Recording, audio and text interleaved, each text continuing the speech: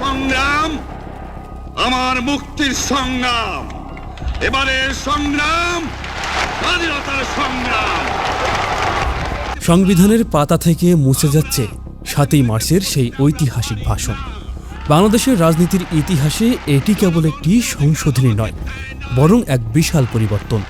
জনাব শেখ মুজিবুর রহমানের ভাষণ সহ সবকিছু সংবিধান হয়ে গেছে মাননীয় স্পিকার, এগুলো আমাদেরকে তো বিলুপ্ত করতে হবে পঞ্চদশ সংশোধনীর সমস্ত। কিন্তু এই উদ্যোগকে আমরা কিভাবে দেখব? এটি কি এক নতুন ও নিরপেক্ষ ইতিহাসের শুরু, নাকি জাতীয় পরিচয়ের উপর এক চরম আঘাত? একটা বিধান আছে আর্টিকেল 4-এ। খবরপত্রের আজকের এই পর্বে দেখব কেন এই পরিবর্তন এবং এর নেপথ্যে আসলে কোন রাজনৈতিক খেলা চলছে। যারা এই পরিবর্তনের পক্ষে, তাদের প্রধান যুক্তি হল রাষ্ট্রকে ব্যক্তি পূজা থেকে মুক্ত করা। তাদের মতে রাষ্ট্র কোনো নির্দিষ্ট ব্যক্তি বা দলের সম্পত্তি নয়। সংবিধানে একটি নির্দিষ্ট ভাষণ বা ব্যক্তির নাম থাকা মানেই হলো তাকে দেবতা বানানো। এই উদ্যোগের মাধ্যমে রাষ্ট্রকে একটি সর্বজনীন কাঠামোর দিকে নিয়ে যাওয়ার প্রক্রিয়া শুরু হলো বলে তারা মনে করছেন। আপনাদের সরকার এর মাধ্যমে কেবল একজন নয়, বরং 25 এবং 26 মার্চের প্রেক্ষাপটকে সামনে এনে জিয়াউর রহমান সহ অন্যান্য মুক্তিযোদ্ধাদের অবদানকে সমান মর্যাদা দেওয়ার পথ তৈরি হচ্ছে বলে দাবি করা হচ্ছে।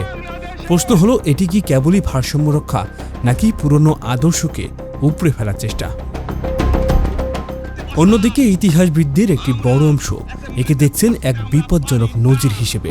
ইউনেস্কো যে ভাষণকে বিশ্ব ঐতিহ্য বা ডকুমেন্টারি হেরিটেজ হিসেবে স্বীকৃতি দিয়েছে, নিজের দেশের সংবিধান থেকে তা মুছে ফেলা কি আন্তর্জাতিকভাবে আমাদের ভাবমূর্তিকে ছোট করছে না? সমালোচকরা বলছেন এটি আসলে মুছে ফেলার রাজনীতি। আজ এক সরকার এসে আগের ইতিহাস মুছবে, কাল অন্য সরকার এসে বর্তমানের ইতিহাস মুছবে। এই যে রাজনৈতিক প্রতিহিংসার সংস্কৃতি, এটি কি আমাদের জাতীয় ঐক্যের মেরুদণ্ড ভেঙে দিচ্ছে না? আমি প্রধানমন্ত্রিত্ব চাই না, আমরা দেশের মানুষের অধিকার চাই। ৭ই মার্চকে আইনি নথি থেকে সরিয়ে দিলে ভবিষ্যৎ প্রজন্ম কি তাদের শেকড় থেকে বিচ্ছিন্ন হয়ে পড়বে না? তবে হঠাৎ কেন এই ইতিহাসের পরিবর্তন?